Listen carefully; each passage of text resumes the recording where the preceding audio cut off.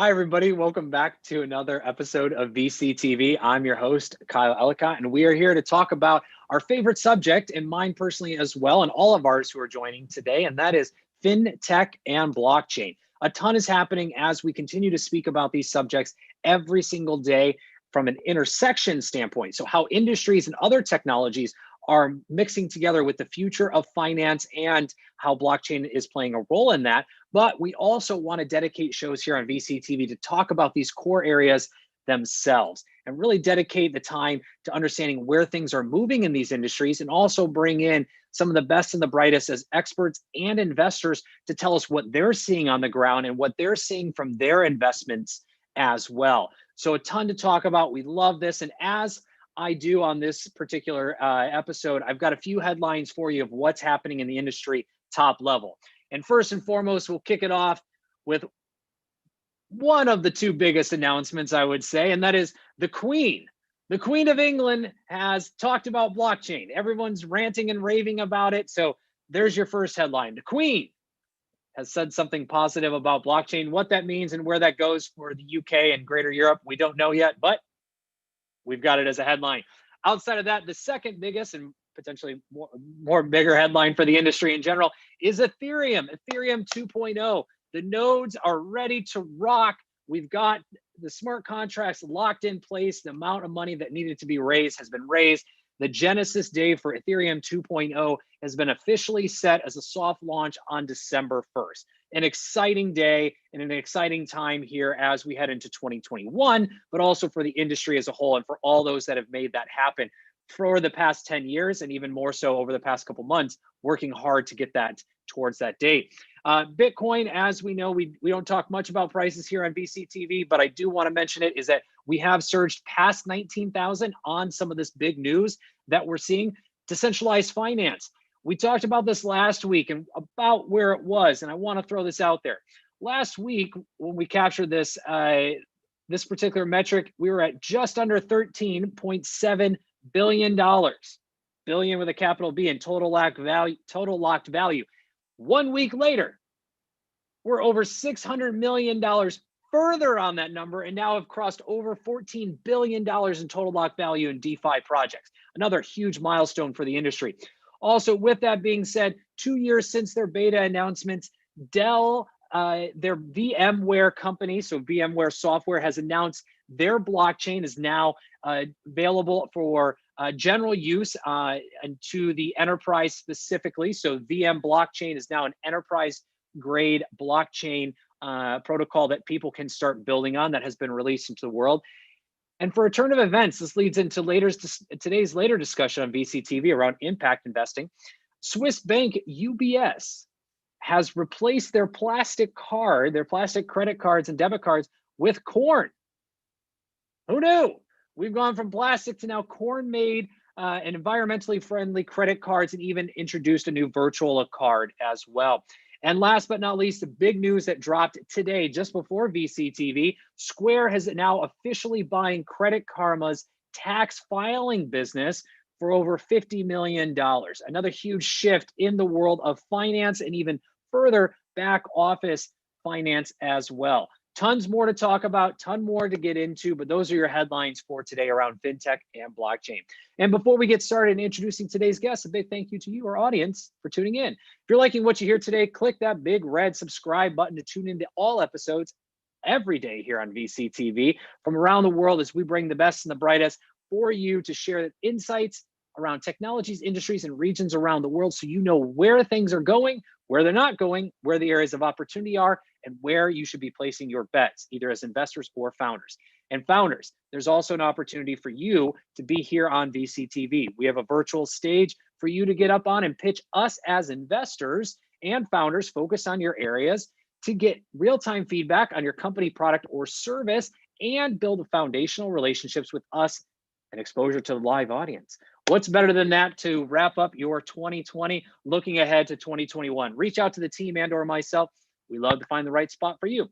And with that being said, a huge thank you to the LATOKEN team and to Maria for making VCTV possible and bringing us all together every single day, all day, on all your devices around the world. With that, let's jump in and introduce all of our guests today to talk about this exciting subject. Jose, it's been a few minutes. Man, many hats. No hat today, but nonetheless, a pleasure to see you. A little intro, a little background. Hi, Kyle. Thank you so much. Really love to be on your show as always. And this is one more exciting show today. So my name is Jose Grasa. I'm a serial entrepreneur. Started very young, with the age of 16. It's so 40 years past, more or less. I've been a business angel for 26 years and a VC for 3. I always say this every time. I love much more being an entrepreneur than being a VC, and the reason is that I like to be more an entrepreneur is that you get to be more in the execution itself of the whole business instead of just looking on the sideline and investing into it. Nevertheless, I always look for opportunities that I love, especially those that can be integrated in what I call business inclusion, and that's what I'm looking for today, and really excited, Kyle, to be on your show. Thank you, Jose. It's a pleasure to have you as always. And Ifran, welcome back to the show as well. It's been a few minutes since we've seen each other, and we've talked a little bit about part of today's subject on yesterday's episodes of VCTV, and happy to dive into that, but also to hear your thoughts on other areas of the industry. But before we do, a little intro and a little background. Thanks, Kyle, and thanks everyone for tuning in, and a great panel over here. Excited to discuss this topic. My name is Irfan. I am the managing director of Irfan Holdings. I've been in the blockchain industry from the very early days, starting from the creation of the ecosystem of Ethereum to creating the first blockchain specific venture fund. This is an area that's very near and dear to me. Happy to discuss, with all the things that are happening. And I know that I touched a little bit yesterday in our one-on-one conversation. So there are a lot of things, and I'm sure, this is an exciting time, but at the same time, we have gone through these phases, we've gone through crypto winter, and, these are, different periods of situation of the industry. And, but I'm optimistic, and so should everyone be. And looking forward to discuss this. Thank you. Absolutely. Thank you. And there's so much to be optimistic about, but also being, a little bit more focused this time around, as this is turning into more of an industry, a more serious business, and more serious technology in general. And we're starting to work out some of those kinks that we saw in 2017. Lessons learned. But with that being said, Adrian, welcome back to the show. It's a pleasure to have you as always as well. Hope your TikTok following is starting to grow. Maybe you're at 26 versus 25. A little intro, a little background. Thank you, Kyle. Thank you, LATOKEN team, for the invitation. By the way, my daughter yesterday passed 10,000 followers on TikTok. So I'm behind, but I'm working my I can't say the word off to develop my presence there. My name is Adrian Niculescu. I'm an entrepreneur and an investor. I'm involved with few projects. CloudCoin Consortium. CloudCoin is a post-blockchain digital currency. Faster Capital, Dubai-based accelerator and incubator for companies. And also I'm a mentor in Virgin Startups, investor and advisor in few projects. Happy to be here and to contribute. Wonderful, and happy to have you. And last but not least, Bernardo, welcome to the show. First time guest with Maria here and I on VCTV. It's a pleasure to have you. A little intro and a little background, please. Yeah, sure. Thank you, Kyle. Thank you, Maria, for the for the invitation. I'm here back in Brazil. I was born here, working here for my whole life. I have a background experience in financial markets, M&A, stock trading, and I jumped into the blockchain and crypto businesses in 2013, 2014. Got into Ethereum in the crowd sale, and have been following all the recent development since then. Happy to be partner of the first security token structured in Latin America, and then worked on a few other projects as well. So very excited to share a little bit of the community and what is happening in blockchain and fintech here in Brazil and in Latin America in general. Wonderful. Well, let's kick it off. I think that's a great transition. Bernardo, I'm going to start with you. I mean, what are you currently seeing happening in Latin America around fintech and blockchain? We've talked about it on previous episodes here of VCTV and the opportunities that exist there. But before we get there, I mean, I would love to hear your perspective of what you're seeing on the ground in South America and Latin America as a whole. Sure, definitely. So I think like as an emerging market region, we have a lot of challenges regarding underbanked people, and that's a challenge, and at the same time an opportunity for fintech and for crypto companies, right? And this year, particularly with the pandemic that everyone is struggling to deal with, we have a very interesting development of the fintech sector. So I have a few numbers that I put together here from MasterCard report. We have around 40 million people in Latin America that became bankerized on the past 4 months. That's a 73% drop in unbanked people in the region just in this past four months or so during the pandemic.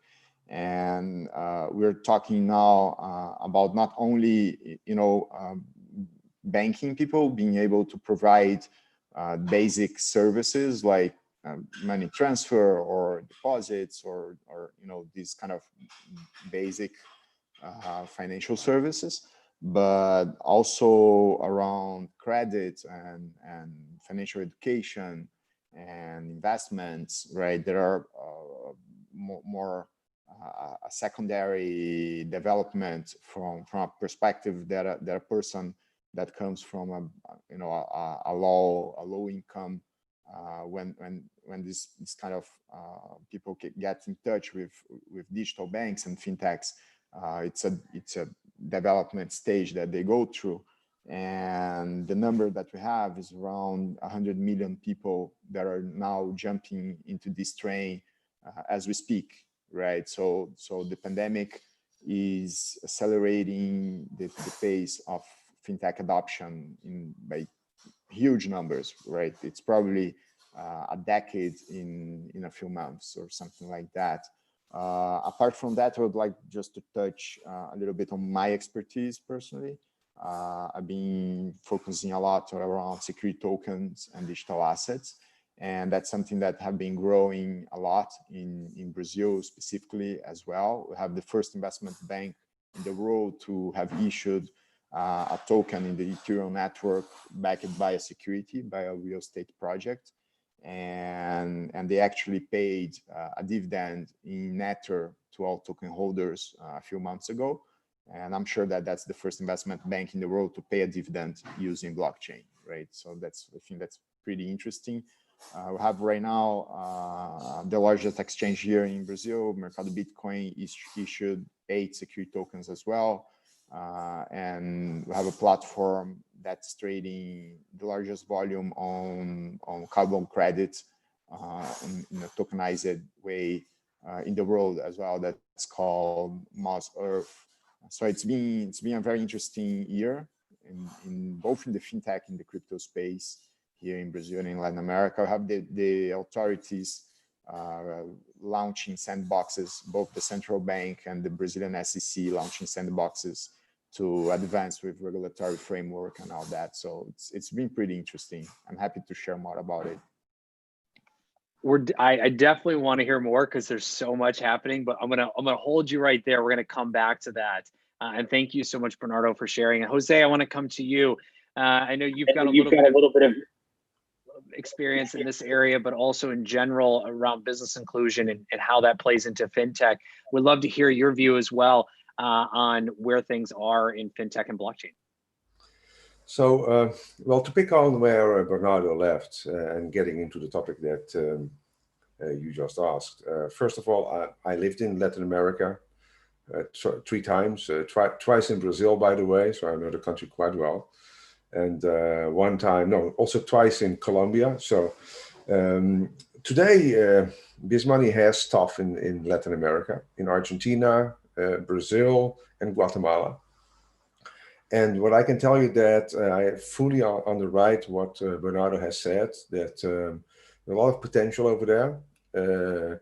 And even yesterday I had a long conversation with one of the, with the parliament leader of the Ecuadorian government. And we had a long talk about this business inclusion issue. And I don't know if you remember, I always say that, you know, that's minimum is 75% that the companies basically don't reach it to the year end, right? I can tell you that based on the data that I have from Ecuador, right? It's really scary. It's 95% in the first year. So you can imagine that what Bernardo said, you know, people that are not banked or not on the banking inclusion, it's high, right? And it's been high a long time.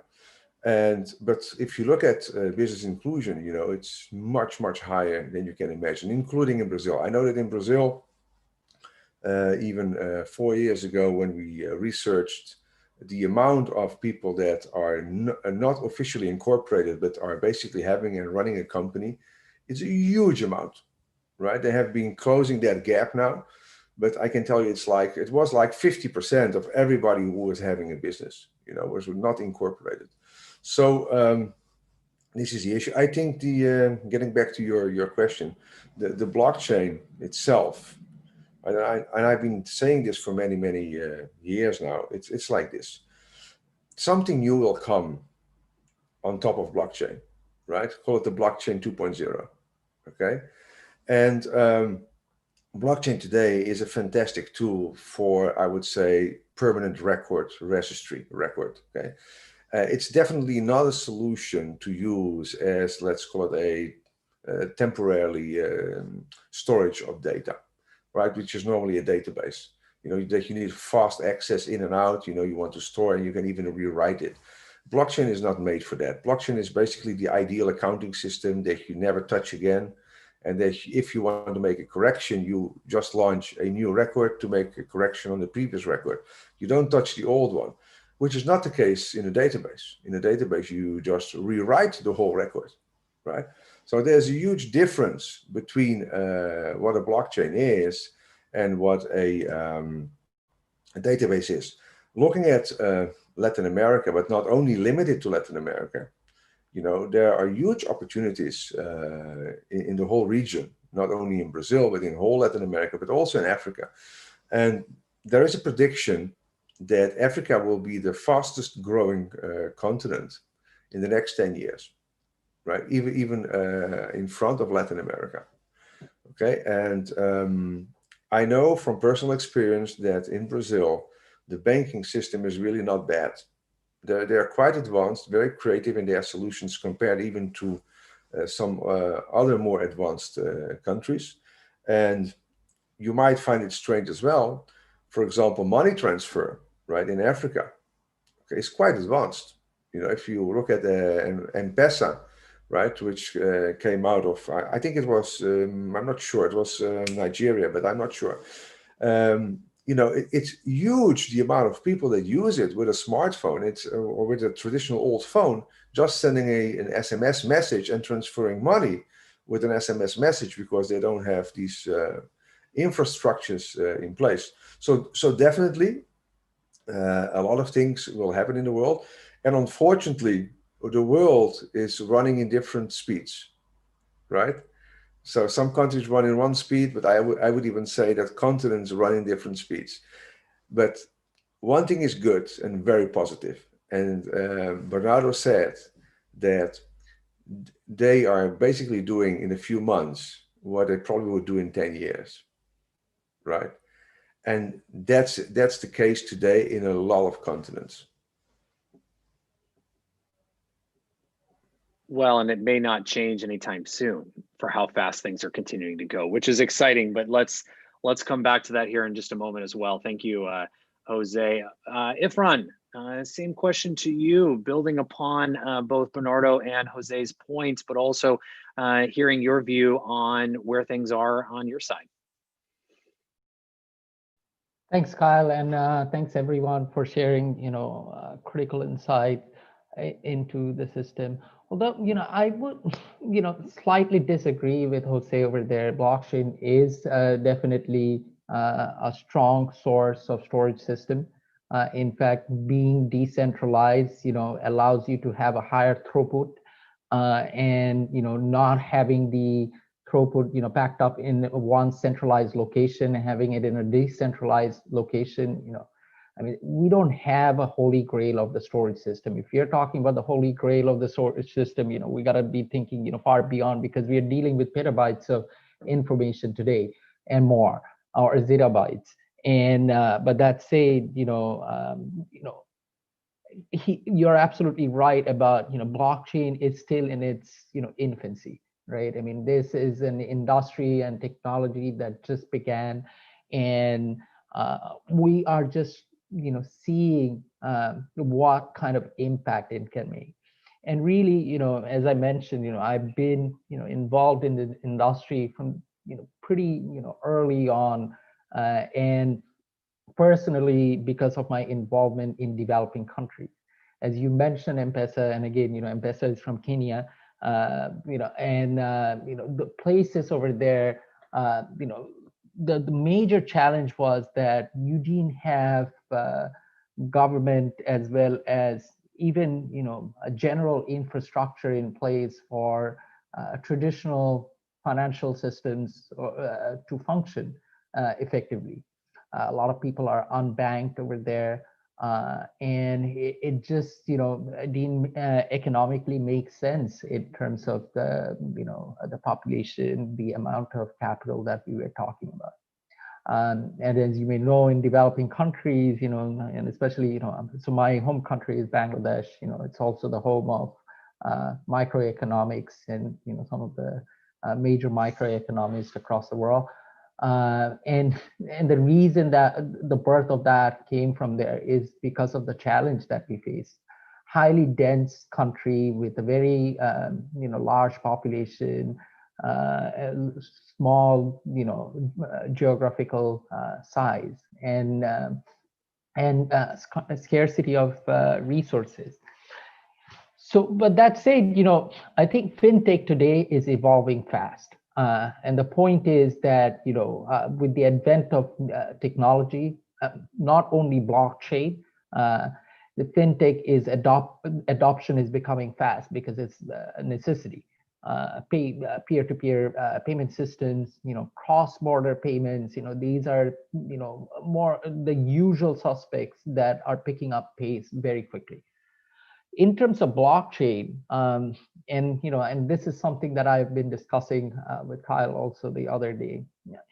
The technology is evolving and getting better.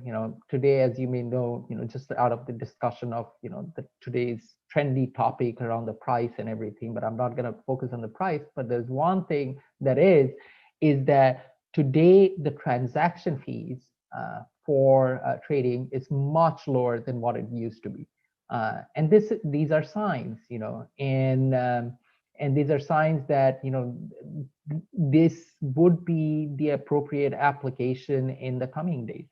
The economic situation, and also as to what's happening in the global economy, is giving more and more people the confidence to rely on a system versus a technology system that's vetted through computation versus just man's work, right? And I think this is evolution, revolution, whatever you want to call it. So my perspective is that as adoption is happening, there would be resistance, and there would be tremendous amount of resistance. In fact, resistance existed in almost every industry.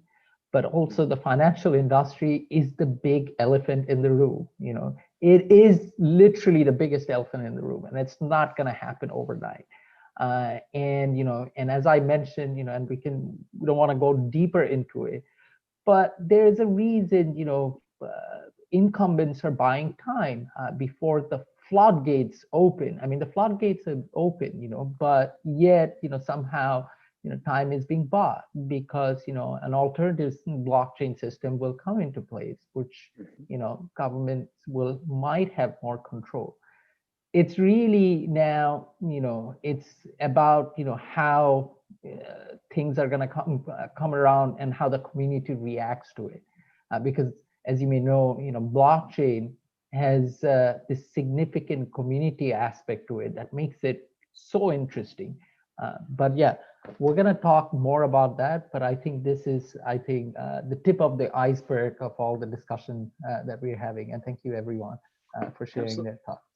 Absolutely. I mean, Ifran, you're calling it out right. This is not a one-day turnaround type industry or technology as well. I mean, some of the areas where the technology in terms of blockchain and DLT is being applied, I mean, these are retransforming industries that have been in place for not just decades, but I mean, centuries in some cases, right? That have evolved and now have to go through a complete reshift or a reset of the mind on how we're thinking about these things and how we, both on the creation side, but also on the usage side. We talked a little bit about fintech and payments and how some of the payment systems of today have actually been educating all of us as consumers on how to use things like digital payments, like digital currencies, and making it seem as if it's just commonplace versus us on this panel who are very technical and look at it from the infrastructural standpoint. They're just two very different worlds, and this is a long-term play. Matthew from the fifth era has said before here on our show that this is the beginning of a 40 to 50 year transition. This is not something, again, that's going to happen overnight. And to those that are listening, take that into account. If you're building your investing, this is a great opportunity. You are in the beginnings and the forefront of being able to make investments and start building the picks and shovels and or the applications for this industry. And I'll pause there to Ifran's point as well, because I want to come back on it. But Adrian, to you, what are you currently seeing around this area from your standpoint as well? I will start with the news from 4 days ago. Bitcoin has become the largest bank in the world for the first time, overtaking JP Morgan in market cap after it rose about 18,900. Sorry. Now is about 19,000 and probably will reach 20K until a correction. What is very interesting on a graph I'm looking, it's stated it's not a company and is not ranked from the shares point of view, dividends point of view. So what I'm seeing is that the regular way of doing business becomes obsolete, because with Bitcoin, there isn't a company, right? It's a decentralized system. Of course, most of the Bitcoin is owned by less than 2,000 wallets lately. So it's a little bit of centralization there. But the users of PayPal bought, I believe, like 70% of the new supply over the last month or something like that. Something is shifting. Of course, there are a lot of things shifting, but the power moves from the old big corporations to the new, more agile type of corporations, which are built with 4 brains and 5 laptops from anywhere in the world. I saw in the other interventions about it was spoken about other technologies than Bitcoin. Cloudcoin is backed by a post-blockchain other technology than blockchain. Sorry. I have some emotions from time to time. It's emotional to be here. So they were mentioned other technologies than blockchain, and Cloudcoin actually is backed by a post-blockchain technology called Radar, and there are other technologies in the market preparing to not necessarily to take over blockchain, but to be alternatives to blockchain. The money right now is in blockchain because blockchain is the mainstream marketing term, is on everybody's lips. is everywhere on the internet, so everybody speaks about blockchain. Most of the opportunities, I believe, from the way to be a very early investor is in the post blockchain technologies or in the alternative of blockchain, because probably the next Facebooks and the next Googles, the next Apples will be built on these alternative technologies. Nobody knows, but the biggest returns, if you come early, I believe in this, is in these alternative technologies. This is what I'm saying. And so with that, what's your take on Ethereum 2.0 then? This huge new ecosystem, this huge new world that's about to roll out. And we'll take out the word blockchain, Adrian, to your point. There is a place for it, but for this conversation, we'll hold on it for a second. Ethereum 2.0, what's your take? I mean, this is a pretty big deal, infrastructural wise. Would love to hear your thoughts, Adrian. And then Ifran, I see you shaking your head, and Bernardo, I'm coming to you next. So Adrian, what are your thoughts around Ethereum 2.0? Ethereum shouldn't be called an altcoin. Ethereum is a big deal. So I suspect, or I sense that Ethereum will have a huge price surge over the next 2 months. Will be something which was never seen before, and it has huge potential because is more proper than Bitcoin to be used to build new businesses on. Ethereum was built to be able to create new tokens, to create new business models, and I prefer Ethereum to Bitcoin, to be honest. But I mean, from a network standpoint, so going one layer deeper from the token, I want to get away from the token. I want to talk about the infrastructure. So from an infrastructure standpoint, I mean, Ethereum 2.0 changes the game from what we've seen and read or been told thus far to building those businesses. Is this something that you're seeing as well? Of course, I'm following all the developments there. I'm not sure about the staking, so I'm not involved in any project which contributed to the staking of Ethereum's. But apart from that, I can't wait to build something there. Yes, that's what I wanted to hear. Yes, I can't wait to build something there in the entertainment industry. I'm saying here. There you go. Ifran, I want to come to you on the same question. I mean, impact. What's your take on the impact of Ethereum 2.0? I mean, this rolls out December 1. Let's call it Q1 2021. It's a lot of ones. But in the beginning of next year, I mean, this could change the entire game for distributed systems, for decentralized applications. It could also not. But what's your take? No, so first of all, Ethereum, today at 2.0 is what rightfully called, some people call it serenity, right? And what that essentially means is that, the major challenges that initially Ethereum was facing, apart from all the good benefits of it, the scalability, the transaction fees, the bottleneck, that the number of transactions, all these challenges that we're facing, what we hear and what we understand, that's gonna significantly reduce. And with that significantly reduce, that opens up a whole new set of opportunity and making it more feasible.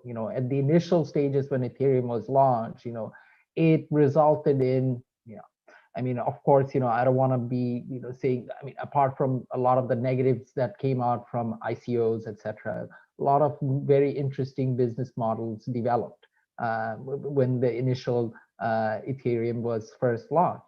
But then today, we can anticipate similar set of events that can take place, and we've already seen that, right? I mean, look at DeFi, for example, and and how that's changing the way how crypto can be used as an instrument in the financial industry.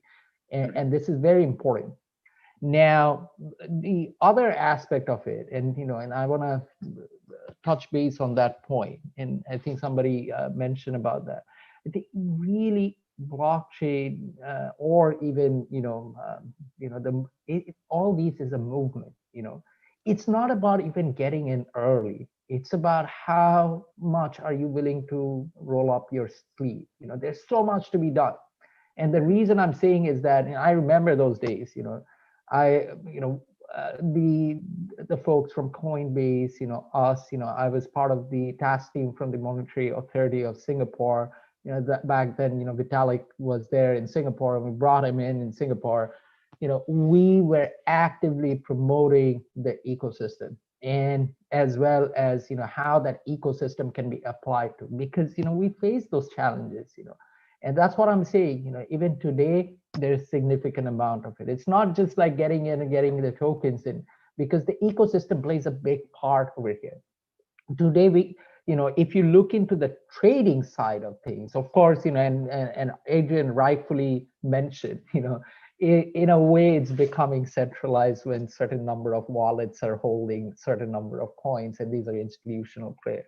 But really, institutional players also must acknowledge, these are some of these folks who are never involved in that movement from the very beginning, so that's why I'm trying to, highlight this point, is that if you do not acknowledge the ecosystem and the community itself, you wouldn't be able to actually build something. Everything is going to be, speculative, holding, and then, trading, but blockchain is more than that. It's not just like a fiat currency or an asset or a value that, or a bond that you hold and cash out when you feel like it's worth it. It has actual activation point, and that was the essence of it.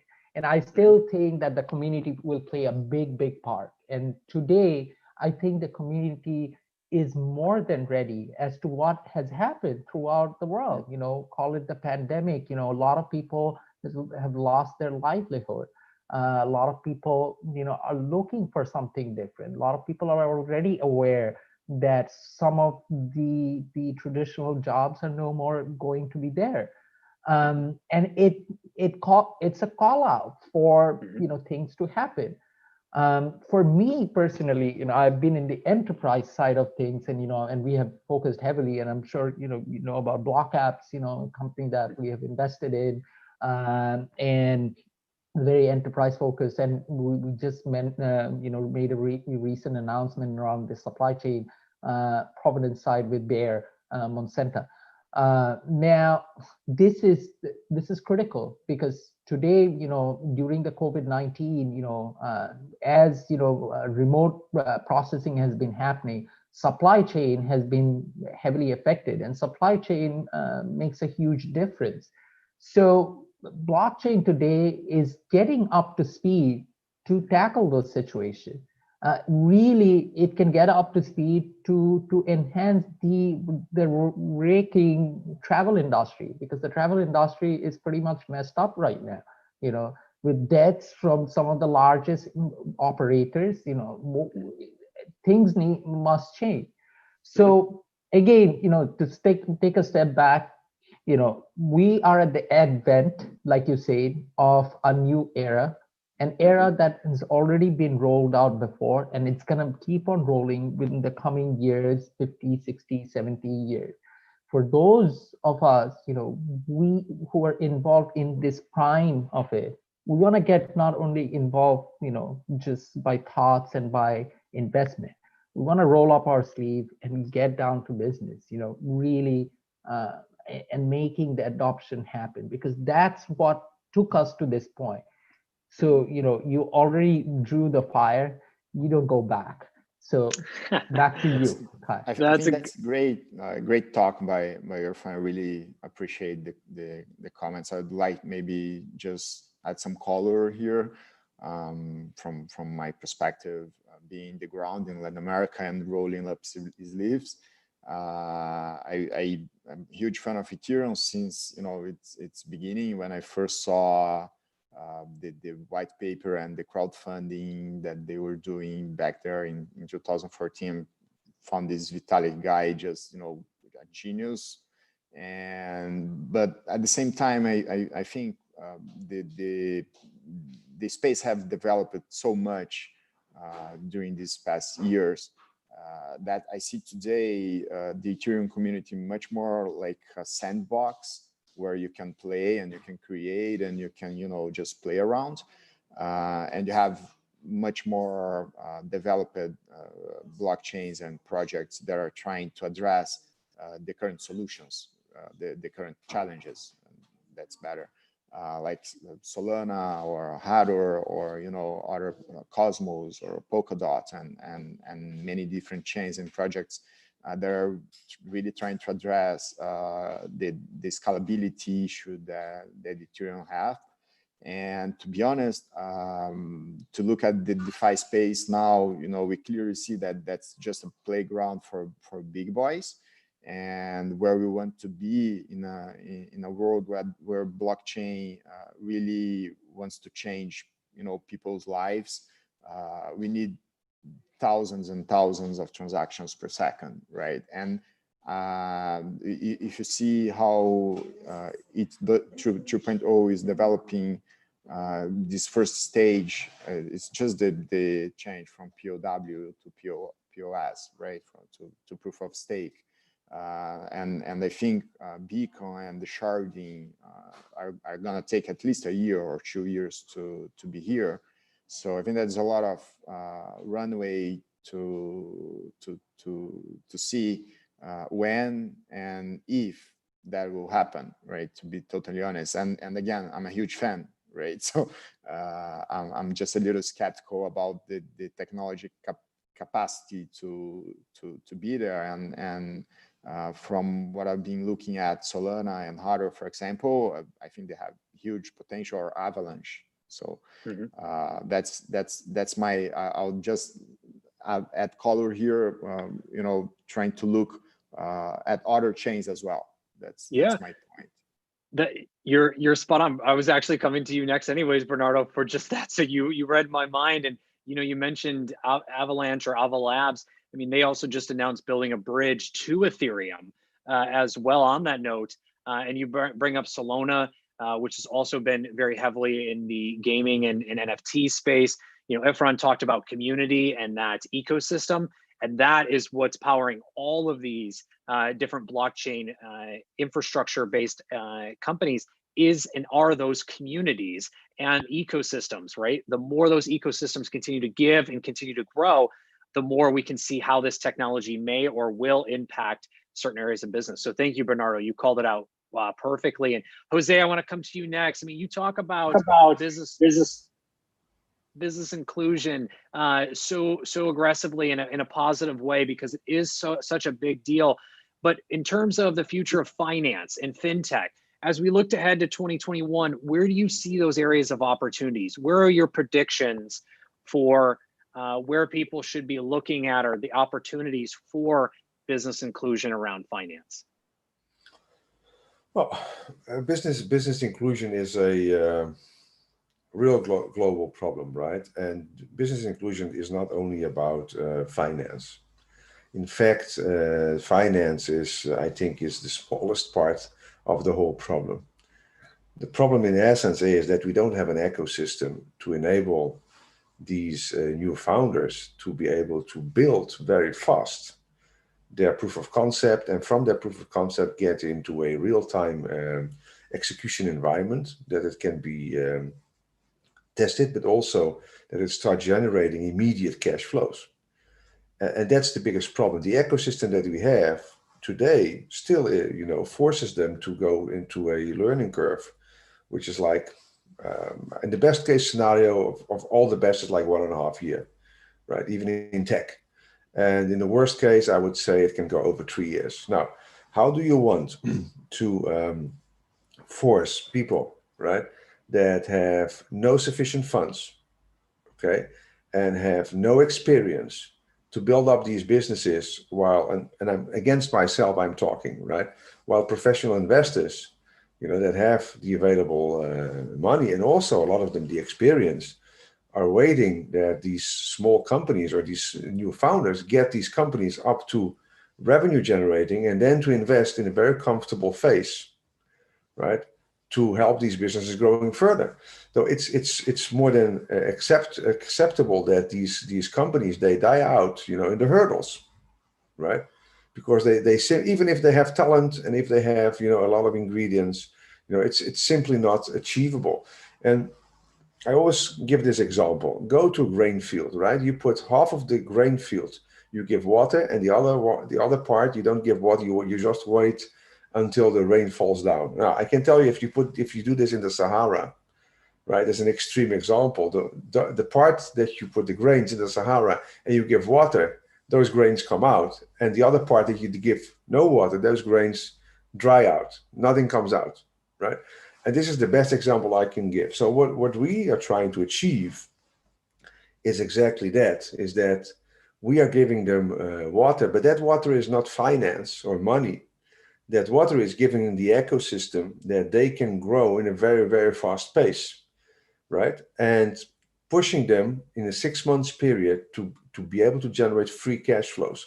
Once the flower comes out, as I say, right, then they can go and move on by themselves with the generated free cash flows that they are generating by themselves. So at that stage, if they approach a professional investor, they fit in as a glove because that's the stage the professional investor normally wants to get in. Okay, it's less risk for him, but also it's convenient for you to take a debt if you want, because you have revenues. If you're taking venture debt, that's the worst case scenario, in my opinion. Right? Somebody may say that it's okay, but I'm really against it, because the numbers say that 75%, okay, will not reach. And if you look at a country like Ecuador, like it's 95%. So why the hell are you going to give them venture debt if you know that 95% is not able to pay that debt back? So you're pushing them into a bankruptcy. And that bankruptcy, right, is going to hold them into a confinement for at least 5 years, that they cannot do anything. Right? So you ruin their lives. And if they want to kick off again, right, they need to wait for another 5 years. So this for me doesn't make any sense at all. So going back to blockchain, because I found this conversation very interesting. The way I look at the blockchain, and I think that's what most of the panel members more or less have said, is the following. The blockchain, how it is today, is not what it will be in the future, right? And we all know it's too slow, but it's a fantastic methodology to do some real-time record holding for the future. So what probably will be the outcome is some kind of a hybrid between a blockchain and a decentralized database. So you want to have the speed with the technology, okay? And so far we are not there. We are far away from converging the two, right? It may even be not a converging, but just a completely new, different technology. But I strongly believe that the first step will be like a converging of the two, more or less. And then later on, maybe to a completely new technology further on that road. Going back to BizMoney, and then I'm finishing here. I think what BizMoney does very well is that it addresses a market gap which is not fulfilled by anybody. And that's the market gap, which I call, let's call it what is before pre-seed, right? So if you look at the investment rounds, then you have pre-seed, seed, startup. And what happens is that these newcomers that come to the market, okay, they are really pre-seed. Because for you to get into seed, more or less, you need to have some funds, you need to have to raise some funds, and you need to have some knowledge. Now, the pre-seed is basically today, it's like, I would say, no man's land. Okay. Nobody basically wants to get in there, but there is no money to earn, right, in pre-seed. The risk is like super high, so nobody wants to get in. But if you're able to get in there, right, and you're able to create that ecosystem and you do it on a performance basis, like volume based, then suddenly you might even be able to strike home run. Okay, because competition is basically zero. Okay, and I would like to leave it like that, Kyle, and maybe somebody else can pick it up from there. I love it, Jose. I love how you're wrapping it up there. So, guys, we are coming to the top of the hour, gentlemen. So I want to make sure we do get a chance for closing thoughts. And it's the holidays. Let's have a little fun here on VCTV as we always do, and also throw in a prediction of what you are excited about for 2021. And then lastly, where everyone can find you online. So Adrian, let's start with you. Closing thoughts, your 2021 prediction for the industry of fintech blockchain, something you're excited about. And then of course, where can everyone find you online? Thank you very much for having me here again. My communication hub is on LinkedIn. Until on the blockchain, something better will be invented.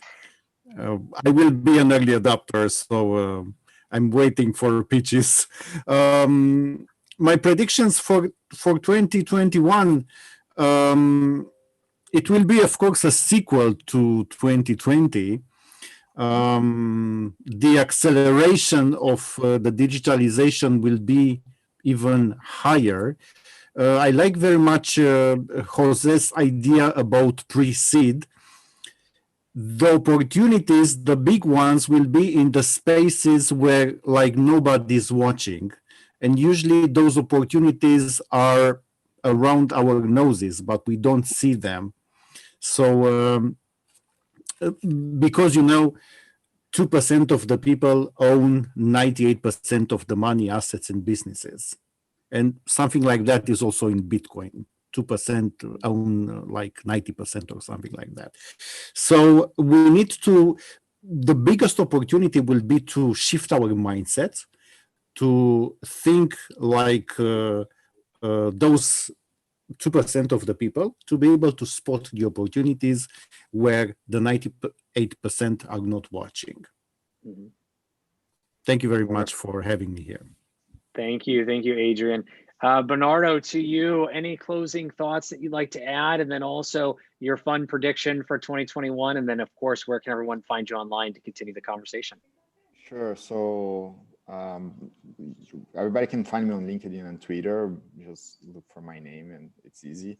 I hope that next year we can come back to like connecting eye to eye, and hugging people and all this human connection that is, I think it's much more important than anything else in the world. So that's my only prediction, or at least what I hope it happens.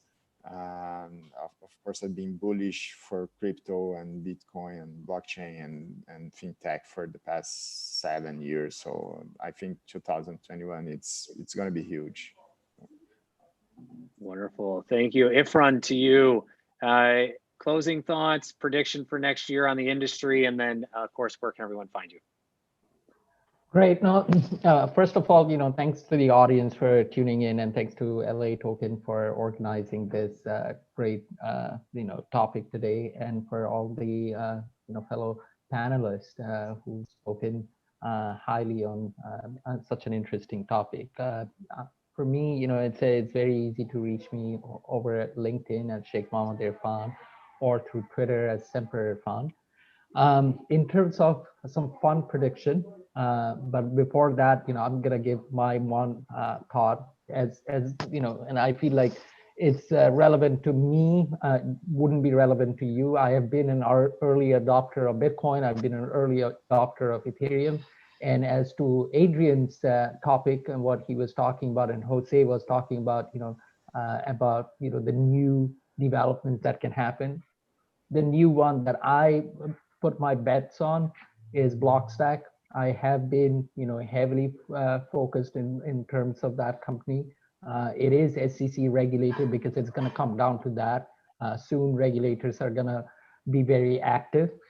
And the fact that, the technology is further advanced compared to, all the ones that I think that's out there. And then on top of that, I think, it really comes down to the new era of the internet, and that's what we are looking to get.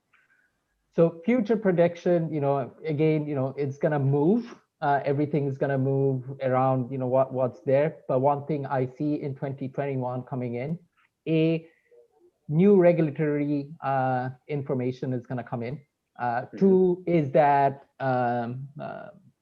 government-backed digital currency is going to be there by 2021. If not in Q1, definitely in Q3. But I see that happening very soon. And when that happens, it's going to have an impact on the larger ecosystem also. So that said, I'm not going to comment on that 98% of it, but what I want to comment on is that, despite not being the 2%, being a 98%, this is something that I have done over and over. The crypto economy is the economy 4.0. So if you look into the transition of the economy, everybody benefits. It's not like the era where, like the times of Carnegie or Ford, who developed a conglomerate where the beneficiary was only Ford or Carnegie. The beneficiary is going to be the community also. So I just want to put that into it. And, besides, the grim status quo of, not being the 2%. So I wouldn't, lose my hope on that. But thank you so much. Back to you. Hi. Thank you, Efrain. And last but not least, Jose, prediction for 2021 around the industry, and where can everyone find you? So my closing thoughts are going to Bitcoin today, and have some nice figures for everybody to think. And then basically it's like this. So Bitcoin today is more or less like 18.6 million coins. It's going to reach 21, which is the absolute maximum that the system can hold. And that will be reached very soon, somewhere in about a year or two. And the market cap today, we need to understand that it's also based on the demand. Officially, right, with the last increasing is more or less like 400 billion. Now JP Morgan today is valued at 430 billion. So I think Adrian hit it on that. But still, look at global economy. Global economy, 87 trillion a year, right? So those 400 billion, have very little effect. Okay. So if we want to have something that is largely adopted, then it needs to grow much and much more than it is today. And the amount of users, right? We have 8.7 billion people on the globe, and numbers that I have here, and I think even are a little bit high, they say that at least 100 million people, more or less, have not one Bitcoin, like part of a Bitcoin. Okay. So a lot of things needs to be happen before we really are going to see that adoption of something like Bitcoin is going to take over. And that's what I would like to say. At the end, it's like this. It's a lot of speculation, either if it's Bitcoin or any other cryptocurrency, right? How can you build up something reliable based on speculation? And that's where I want everybody to think about. Everybody obviously wants to make easy money and fast, right? But it's what is acceptable and what is not acceptable. So you can find me on LinkedIn, on the Jose Graca.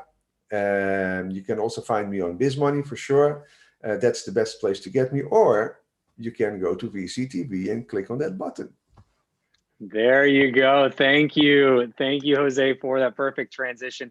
And Efrain, Bernardo, Adrian, Jose, thank you all so much for the thoughts and insights today around fintech and blockchain. So much more to talk about, and we're going to be back later this week to talk more about this subject, and again, continuing to dedicate a show specifically around this every day or every week around VCTV, as there's, again, so much happening and changing by the millisecond in this industry. And with that being said, a big thank you to you, our audience, for tuning in. If you like what you heard, click that subscribe button, give us a thumbs up. Do reach out if you'd like to be on a show like today to join our panelists of investors to share your thoughts and insights around different technologies, industries, and regions around the world. And entrepreneurs, the same goes for you.